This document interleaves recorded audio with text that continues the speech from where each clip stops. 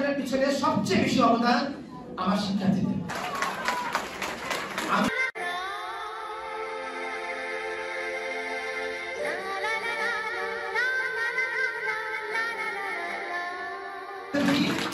Result খারাপ করতো এরকম ব্যানার আমি লিখতে পারতাম না। আজকে অনুষ্ঠানের পিছনে সবচেয়ে বেশি অবদান আমার শিক্ষার্থীদের। আমি যত বেশি পড়াই না কেন, যত ভালোভাবে পড়াই না কেন, সারাদিনে পড়াই না কেন, আমার শিক্ষার্থীরা যদি তারা নিজেরা যদি উপলব্ধি করতে না পারত যে আমার পড়া উচিত, আমার পাস করা উচিত, আমার ক্যারিয়ার নিয়ে আমার ভাবনা করা উচিত, এগুলো যদি সে না করতো তাহলে কিন্তু আজকে আমাদের সকলের চেষ্টা কিন্তু বেঁচে যেত। সবচেয়ে বেশি অবদান হচ্ছে তোমাদের।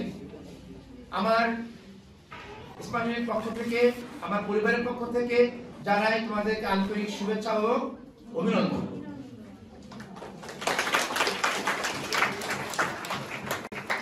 আজকে এই ধরনের অনুষ্ঠান করার দুঃসাহস স্মার্ট নার্সিং কলেজের একমাত্র আছে। এবছর আমরা বিএসসি নার্সিং এর আমরা রংপুর জেলাতে আমরা 72% পাস করে রংপুর জেলায় আমরা প্রথম হয়েছি।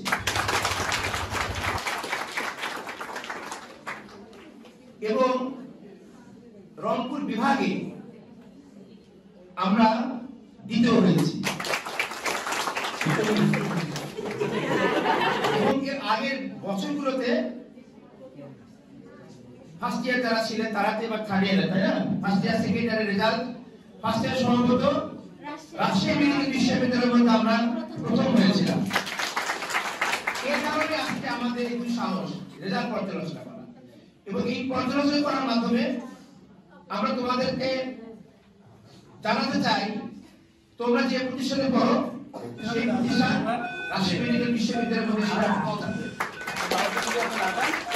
তোমরা যে প্রতিষ্ঠানে পড়ো সেই প্রতিষ্ঠানে ল্যাবের যন্ত্রপাতির ইনস্ট্রুমেন্ট আছে, সবচেয়ে বেশি ইনস্ট্রুমেন্ট তোমাদের প্রতিষ্ঠানে আছে। তোমাদের প্রতিষ্ঠানে শিক্ষকবৃন্দ আছে, তারা প্রত্যেকে এক্সপার্ট এবং দক্ষ। যে বিষয়টা প্রাধান্য পায় সেটা হচ্ছে তার রেজাল্ট। আজকে ধরো আমরা 72% পাস করেছি, ওই প্রতিষ্ঠানে গিয়ে ওখানে যদি 36% পাস করে যায়, একই পরীক্ষায় যদি তারা 36% পাস করে, চিন্তা করো আমাদের অর্ধেক রেজাল্ট, তাই না? আমাদের অর্ধেক রেজাল্টের মধ্যে তুমি করতে পারতা। কথাটা বোঝার চেষ্টা করো, ওই প্রতিষ্ঠানে তুমি ভর্তি হতা, হয়তো তুমি 10,000 20,000 টাকা হয়তো কমে করতে পারতা। আমি আজকে রেজাল্ট পর্যালোচনা অনুষ্ঠানে আমি ডিপ্লোমার কথা বলতে চাই। ডিপ্লোমা নার্সিং সায়েন্সে আমাদের 19-20 সেশনে আমাদের 97% পাস করেছিল। ওরা যখন সেকেন্ড ইয়ারে ছিল তখন 100% পাস করেছিল। এবং এই যে 100% পাস, এই রেকর্ডটাকে আমরা ছাড়তে পারবো না, ছাড়তে পারবো না, রিপিট করতে হবে, তাই না? রিপিট করতে হবে। কারণ ওই 19-20 যখন থার্ড ইয়ারে ছিল তখন তার 75% পাস করেছিল। কারণ আমাদের রেজাল্ট ওই সময় আমি জানি না, কারণ ডিপ্লোমাতে কিন্তু বিএসসির মতো রেজাল্টগুলো কিন্তু পর্যালোচনা করা যায় না। অন্য প্রতিষ্ঠান কত পার্সেন্ট পাস করছে, আমার প্রতিষ্ঠান কত পার্সেন্ট পাস করছে, সেটা কিন্তু বের করা যায় না। তো আমি মনে করি যে ফার্স্ট ইয়ার সেকেন্ড ইয়ারের তুলনায় থার্ড ইয়ার রেজাল্ট খারাপ হয়েছে, এবং ওরা অলরেডি কিন্তু পাস করে বের হয়ে গেছে, তাই না? আচ্ছা, পরের সেশনে 20-21 সেশনে ছিল তারা 90% পাস করেছিল। তারপরে সেকেন্ড ইয়ারে 66% পাস করেছিল, যেটা একটু খারাপ হয়েছিল। আমার খারাপটা বলতে হবে, ভালোটাও বলতে হবে। শুধু ভালো বলার জন্য আমি এখানে আসি। ভিডিও ফাইনাল ফার্স্ট ইয়ার ছিল 20-21 সেশনে তাদের 86% পাস করেছিল। সেকেন্ড ইয়ার 82% পাস করেছিল। এবং 21-22 সেশনে ডিপ্লোমা নার্সিং এর মিডওয়াইফারিতে 81% পাস করেছে।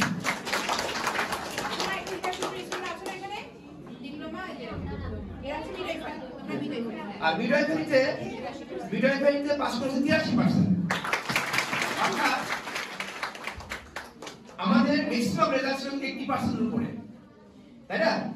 আমাদের দু একটা ব্যাচ কিছু সময় আমরা খারাপ করেছি, সেটা 80% নিচে ছিল। তো আমরা আমাদের দিনগুলোতে কখনোই রেজাল্ট 80% নিচে না আসে সেই প্রচেষ্টা করব। এবং এবার যে আমরা 72% পাস করেছি, সেটা আমরা আসলে আমি ব্যক্তিগতভাবে হ্যাপি না, বাট অন্যান্য প্রতিষ্ঠানের তুলনায় যখন করতে যাই তখন আমি অবশ্যই হ্যাপি। ঠিক আছে?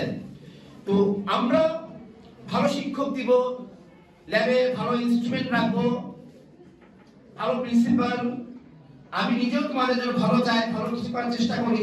তারপরেও কোনো একটা সাবজেক্টে 10 জন ফেল করবে, এটা আমার ভালো লাগে না। 2 একজন ফেল করতো আর 2 একজন ফেল করবে, এটা একটা শিক্ষা প্রতিষ্ঠান, এটা খুবই স্বাভাবিক। 100% কিন্তু অস্বাভাবিক। ঠিক আছে, আমরা 100% চাই, মনে প্রাণে চাই, কিন্তু না হলে যে আমরা ব্যতীত হবো, হয়তো ব্যতীত হওয়ার কোনো কারণ নেই। কারণ 2 একজন স্টুডেন্ট একটাতে বা 2টা সাবজেক্ট সাপ্লি খাবে, এটা হতেই পারে। আমাদের সামনের দিনগুলোতে আমরা যেন রংপুর রাজশাহী মেডিকেল বিশ্ববিদ্যালয়ের মধ্যে বারবার যেন ফার্স্ট হতে পারি, সেই প্রত্যাশা তোমাদের কাছে করি। কি তোমরা আওয়াজ চাই? তো তোমরা আগামী দিনগুলোতে আরো ভালো রেজাল্ট করো। এই ভাগে আরেকটা তোমাদের সুখবর দিতে চাই। এই সুখবরটা হচ্ছে যে এরকম একটা অনুষ্ঠান হবে, আর কোন স্টুডেন্টদেরকে পুরস্কার দেওয়া হবে না। বেমানান মনে হচ্ছিল, সকালবেলা আমি চিন্তা করি যে পুরস্কার ছাড়া একটা অনুষ্ঠান বেমানান। এই কারণে আমরা আমাদের প্রতিষ্ঠান থেকে স্টুডেন্ট অফ এক্সিলেন্স নামে 3 জনকে আমরা নির্বাচন করেছি।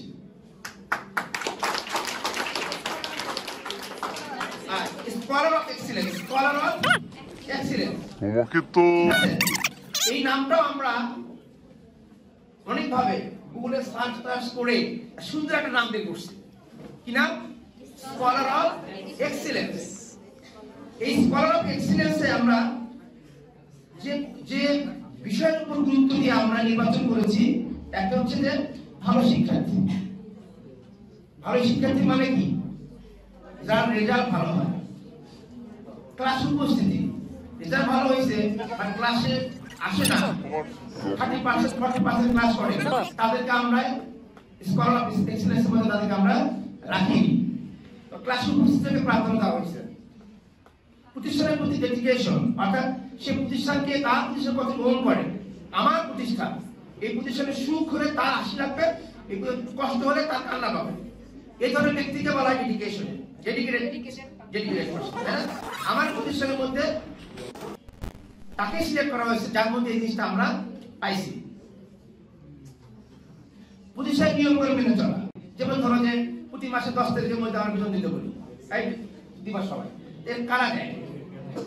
তোমরা জানো যে 10 তারিখের মধ্যে আমরা যে বেতনটা আমরা দিই, এই বেতনটা দিলে তোমরা যাদের প্রশংসা এত করলা, তোমরা যাদের এত প্রশংসা করলা, তাদের বেতনটা হয় তোমাদের টাকায়। আর তোমরা যদি 10 তারিখের মধ্যে টাকা না দাও, তাদের বেতনটা কিভাবে হবে? এই জায়গায় কিন্তু তোমরা অনেকেই কিন্তু আমরা ম্যাক্সিমাম স্টুডেন্ট কিন্তু এই জায়গায় তোমাকে ফেল করছে। তোমাদের শিক্ষক তোমাদেরকে এত কষ্ট করে, একদিন বললো বাবার মতো কান্না করছে, সে বাবার মতো কান্না যদি করে থাকে, সেই বাবার সংসার চলে কি দিয়ে? তোমাদের বেতন দিয়ে। সেইটা তোমার চাও না কেন? তোমরা তোমাদের শিক্ষকদেরকে সহযোগিতা করে তাদেরকে এখানে স্কলার অফ এক্সিলেন্সের মধ্যে রাখা হয়েছে। আমাদের কো অ্যাক্টিভিটিস গুলো, একটা প্রতিষ্ঠানের ভালো ফুলফিল স্টুডেন্ট থাকবে তখনই যখন সেই প্রতিষ্ঠানের গুণগত মান, যেমন ধরনের রেজাল্ট ভালো হয়, এটা একটা কোয়ালিটি। ল্যাবে ইনস্ট্রুমেন্ট ভরপুর থাকবে, এটা একটা কোয়ালিটি। ঠিক আছে? এই সমস্ত বিষয়ের উপর লক্ষ্য রেখে আমরা কিন্তু স্কলার অফ এক্সিলেন্স নির্ধারণ করেছি। বিএসসি নার্সিং এর জন্য 1 জন, বিএসসির জন্য 4টা বছর মিলে 1 জনকে আমরা সিলেক্ট করেছি। মিডওয়াইফারি 3টা ইয়ার মিলে আমরা 1 জনকে সিলেক্ট করেছি। ডিপ্লোমা নার্সিং মিডওয়াইফারিতে 3 বছর থেকে আমরা একটা সিলেক্ট করেছি। এবার স্কলার অফ এক্সিলেন্স কাদেরকে আমরা নির্ধারণ করেছি? আচ্ছা, ডিপ্লোমা মিডওয়াইফারি যাকে আমরা সিলেক্ট করেছি কনিকা রায়।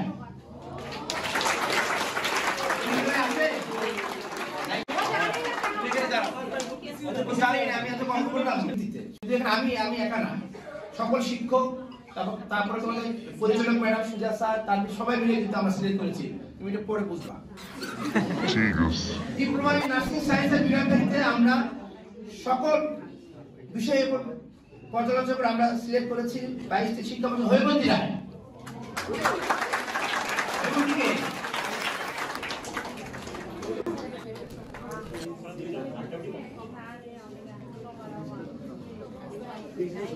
তবে বলি হৈমন্তী রায়ের সাথে আরেকজন ছিল, দুজন সম পর্যায়ে ছিল, তা আমরা লটারি করেছি।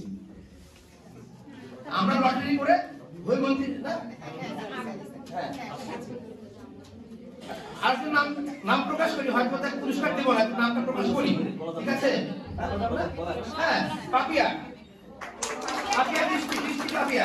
এবার হচ্ছে বিএসসি নার্সিং বেসিক, এখানে আছে আমাদের 20-21 শিক্ষাবর্ষের আমাদের, আমি মনে হয় যে সবার প্রিয়, আমাদেরও প্রিয়, তোমাদের অবশ্যই প্রিয় হবে, সেটার নাম হচ্ছে, একটু এটাকে অন্যভাবে প্রকাশটা আমার বলতে মানে খুব ভালো লাগতেছে, যেটা আমি খুবই সহমত বিষয়টার সাথে ছিলাম, মনে ছিলাম, সেটা হচ্ছে তাসলিমাতে তমা।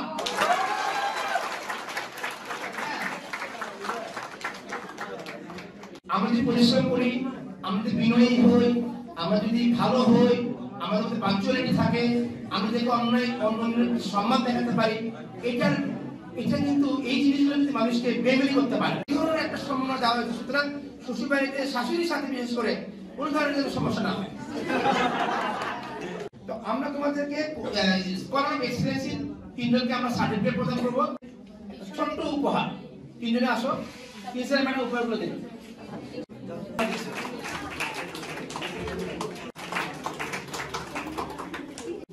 শুক্লা